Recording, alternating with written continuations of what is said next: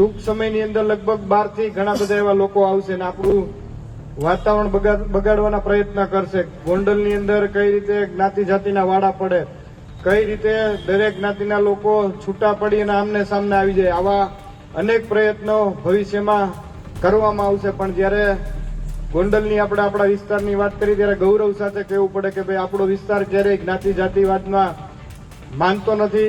હિન્દુ સમાજ હોય, મુસ્લિમ સમાજથી માંડીને દરેક નાના મોટા તમામ સમાજો જે રીતે એકતાથી રહે છે, આ એકતાને આપણે ભવિષ્યની અંદર પણ ક્યારેય તૂટવા નથી દેવાની. એ બાબતે આપણે બધાએ જાગૃત રહેવાનું છે. ગોંડલમાં થોડાક સમય અગાઉ ભારતીય જનતા પાર્ટીનો સ્નેહ મિલન કાર્યક્રમ યોજાયો હતો, જેમાં ગણેશ ગોંડલ દ્વારા અલ્પેશ કથિરિયા અને જિગીસા પટેલનું નામ લીધા વગર તેમની પર આક્ષેપો કરવામાં આવ્યા છે, જેનાથી ફરી એકવાર ગોંડલના રાજકારણમાં ગરમાવો આવી ગયો છે. આપને જણાવી દઈએ કે સરદાર પટેલની 150મી જન્મ જયંતિએ જિગીસા પટેલ અને અલ્પેશ કથિરિયા દ્વારા ગોંડલમાં જેલ ચોકથી લઈને સરદાર ચોક સુધી પદયાત્રા કરવામાં આવી હતી. તેઓ ગોંડલની કાયદો વ્યવસ્થાની સ્થિતિને લઈને વારંવાર પ્રશ્નો ઉઠાવતા રહે છે. નમસ્કાર, જમાવટ સાથે હું છું પાર્થ.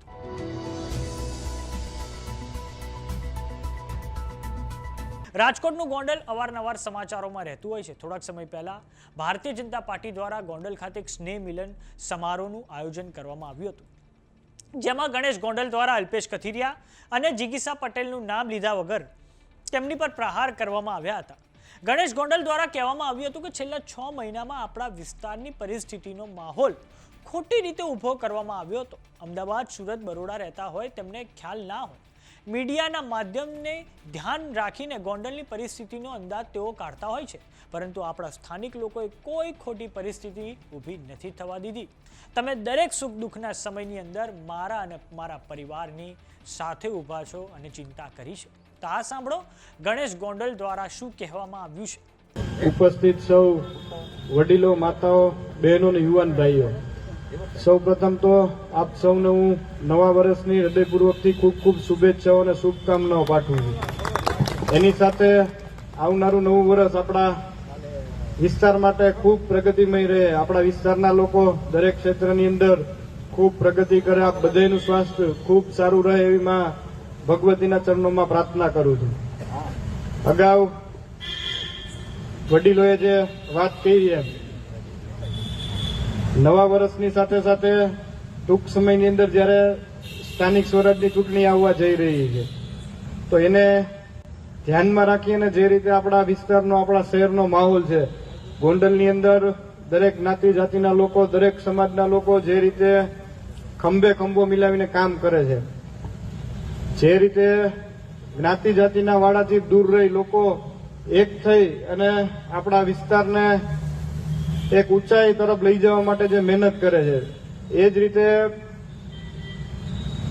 ટૂંક સમયની અંદર લગભગ 12 થી ઘણા બધા એવા લોકો આવશે અને આપણું વાતાવરણ બગાડવાના પ્રયત્ન કરશે. ગોંડલની અંદર કઈ રીતે જ્ઞાતિ જાતિના વાડા પડે, કઈ રીતે દરેક જ્ઞાતિના લોકો છૂટા પડી અને આમને સામને આવી જાય, આવા અનેક પ્રયત્નો ભવિષ્યમાં કરવામાં આવશે. પણ જ્યારે ગોંડલની આપણે આપણા વિસ્તારની વાત કરી ત્યારે ગૌરવ સાથે કહેવું પડે કે ભાઈ આપણો વિસ્તાર ક્યારેય જ્ઞાતિ જાતિવાદમાં માનતો નથી. હિન્દુ સમાજ હોય, મુસ્લિમ સમાજથી માંડીને દરેક નાના મોટા તમામ સમાજો જે રીતે એકતાથી રહે છે, આ એકતાને આપણે ભવિષ્યની અંદર પણ ક્યારેય તૂટવા નથી દેવાની. એ બાબતે આપણે બધાએ જાગૃત રહેવાનું છે.